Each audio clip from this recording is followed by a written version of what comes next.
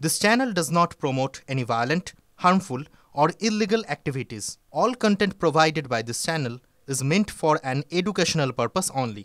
Top quality और consistent performance के लिए सिर्फ सिल्वर पंप्स नाम याद रखना। আর এই মুহূর্তে একটা অন্যতম গুরুত্বপূর্ণ খবরের দিকে নজর রাখবো। ফের এসএসসি ভবন ঘেরাও চাকরিহারা গ্রুপ সি গ্রুপ ডি কর্মীদের।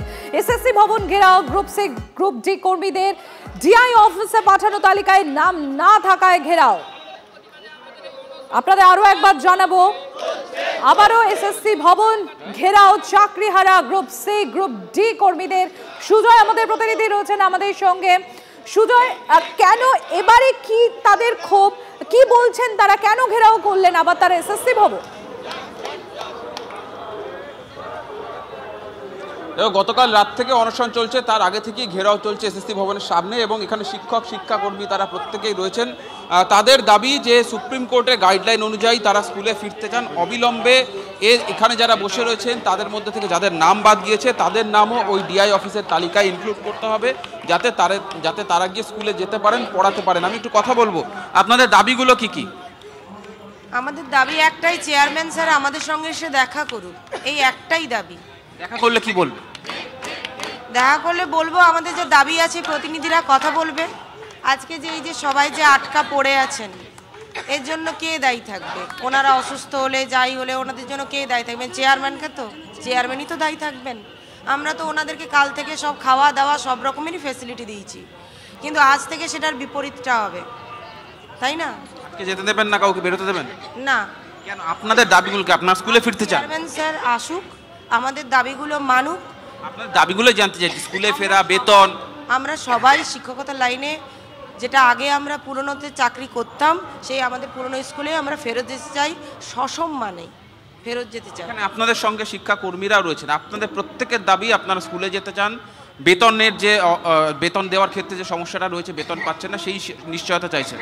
হ্যাঁ, একদমই একেবারে। অর্থাৎ সুজয়, তাদের আগে প্রথম থেকেই যে দাবি ছিল সেগুলো তো রয়েছে, এখন নতুন করে আবার তারা বলছেন যে ডিওয়াই কাছে যে তালিকা গিয়েছে সেই তালিকায় যাদের নাম নেই সেই নামগুলো সেখানে ইনক্লুড করতে হবে। আপাতত তোমাকে ধন্যবাদ। আগামীকাল দীঘায় জগন্নাথ দেবের প্রাণ প্রতিষ্ঠার আগে আজ দিনভর মহাযজ্ঞ। আজ বিকেলে মহাযজ্ঞের পর পূর্ণাহুতি দেবেন মুখ্যমন্ত্রী মমতা বন্দ্যোপাধ্যায়। আগামীকাল জগন্নাথ দেবের প্রাণ প্রতিষ্ঠার পরই স্নান ও বস্ত্র পরিধান প্রক্রিয়া শুরু হবে। রীতি মেনে জগন্নাথ দেবকে 56 ভোগ অর্পণ করা হবে। জগন্নাথ দেবের ভোগে থাকবে গজা, প্যাঁড়া, রসগোল্লাও। আগামীকাল বিকেল 5টায় মন্দিরের দ্বারোদ্ঘাটন করবেন মুখ্যমন্ত্রী। আগামীকাল দ্বারোদ্ঘাটনের পর সন্ধ্যারতিও করতে পারেন মমতা বন্দ্যোপাধ্যায়। দীঘায় যেহেতু একটা সমুদ্র আছে এবং সমুদ্রের লোকে বেড়াতে আসে, এখানে একটা তীর্থস্থান হলে পর্যটকদের আকৃষ্ট করে। আর আমি মনে করি যে দীঘা সৈকত সরণিতে যে জগন্নাথ ধাম তৈরি হয়েছে, এটা হাজার হাজার বছর ধরে বাংলার স্থাপত্য, বাংলার যে নতুন প্রজন্মের জন্য, পুরনো প্রজন্মের জন্য বা এখনো যারা আছে সবার জন্য নতুন একটা কৃষ্টি, একটা সংস্কৃতি, একটা সংস্কৃতি দিকটাকে নিশ্চয়ই একটা অন্যরকম পাখা যুক্ত করবে পালকে এবং এটা উচ্চ শিখরে যাবে। এটা ইন্টারন্যাশনাল প্লেস অফ টুরিজম হবে। কিন্তু আগামীকাল দীঘায় জগন্নাথ দেবের প্রাণ প্রতিষ্ঠায় এবং তার আগে আজ দিনভর মহাযজ্ঞ। আজ বিকালে মহাযজ্ঞের পর পূর্ণাহুতি দেবেন মুখ্যমন্ত্রী মমতা বন্দ্যোপাধ্যায় এবং আগামীকাল জগন্নাথ দেবের প্রাণ প্রতিষ্ঠার পরই স্নান ও বস্ত্র পরিধান প্রক্রিয়া শুরু হবে। রীতি মেনে জগন্নাথ দেবকে অর্পণ করা হবে 56 ভোগ। জগন্নাথ দেবের ভোগে থাকছে গজা, প্যাঁড়া, রসগোল্লাও। আগামীকাল বিকেল 5টায় মন্দিরের দ্বারোদ্ঘাটন করবেন মুখ্যমন্ত্রী। কাল দ্বারোদ্ঘাটনের পর সন্ধ্যারতিও করতে পারেন মমতা বন্দ্যোপাধ্যায়।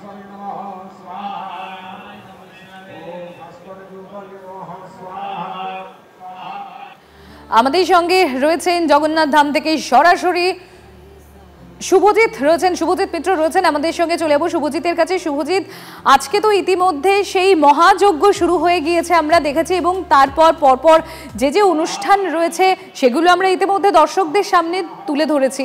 তোমার কাছ থেকে জানতে চাইবো এবং সরাসরি দেখতে চাইবো আবহটা। এই মুহূর্তে